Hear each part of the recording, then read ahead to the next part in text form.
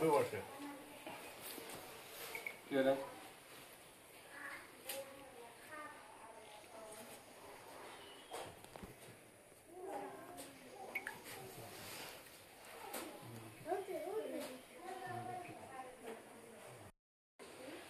বিধানসভা 2026 আসামে অনুষ্ঠিত হবে, সেই সিটে 125 নম্বর বিধানসভা সিটে পাতারকান্দি বিধানসভা কেন্দ্রে আমি বিজেপির পুরাতন কর্মী পরিতোষ বণিক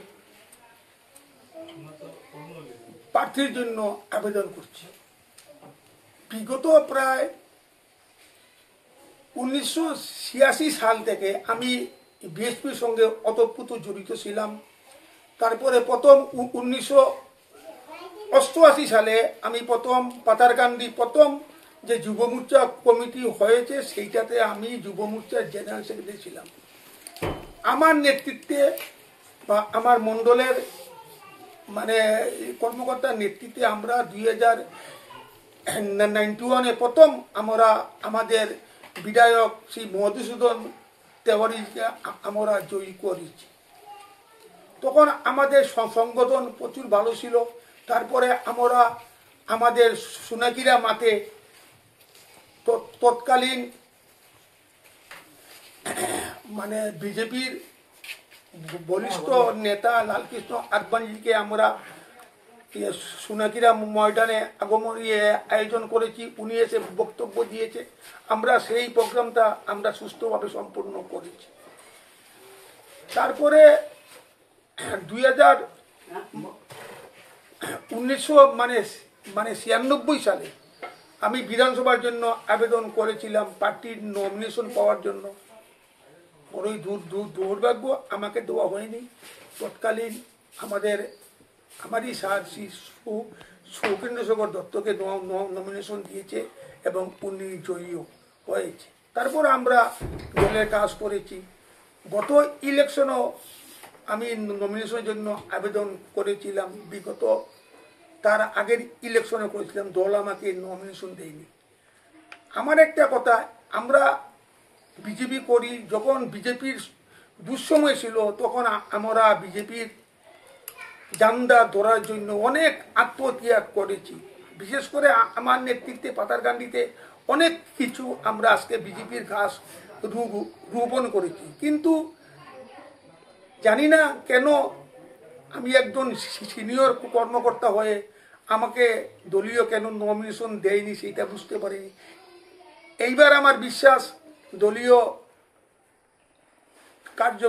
দলীয় কর্মকর্তাগণ নিশ্চয় আমার কথা শুনবে। আমি এবং পাতারকান্দি বিধানসভাতে দলীয় প্রার্থীর জন্য আবেদন করেছি এবং আমার বিশ্বাস আমি এইবার দলীয় নমিনেশন পাব। পাতারকান্দিতে কাজ হয়েছে সব তো আপনারা জানেন, আপনারা দেখেছেন। বড়ই দুঃখের ব্যাপার, একজন বিধায়ক থাকা অত সে মন্ত্রী হয়েছে, পাতারকান্দি একটি ট্রেনও স্টপেজ দেওয়ার জন্য সম্ভব করতে পারেনি। আমরা দেখেছি এখানে আমরা পিছিয়ে পড়া সমাজ, মানুষ অনেক লোক বাইরে যায়, হায়দ্রাবাদ যায় বা বাঙ্গালোর যায়, চেন্নাই যায়, ট্রিটমেন্ট করতে যায়। তারা গিয়ে বদরপুর গিয়ে রাত্রেবেলা উঠে, নিউ করিগঞ্জে উঠে, তাদের কি কষ্ট, এই যে তারা গাড়ি রিজার্ভ করে যায়।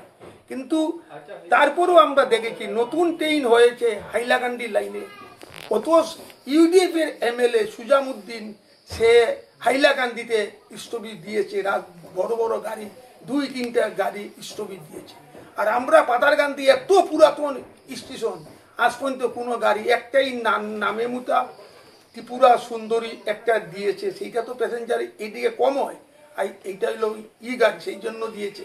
কিন্তু আমরা এখানে প্রচুর অসুবিধায় আছে।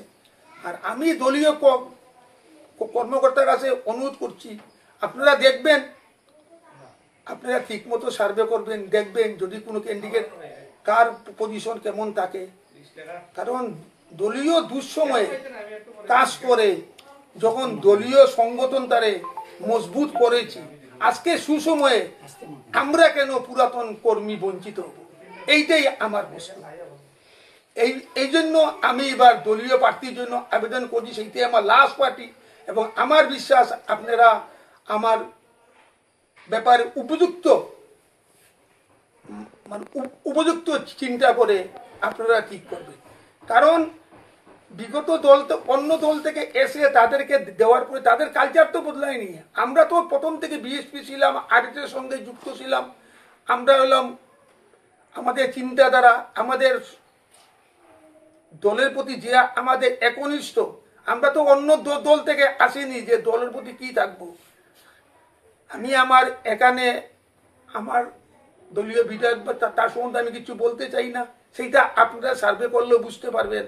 কিন্তু আমার বিশ্বাস এইবার আপনারা আমার কথাটা রাখবেন এবং দেখবেন আমি উপযুক্ত কিনা। এই বলে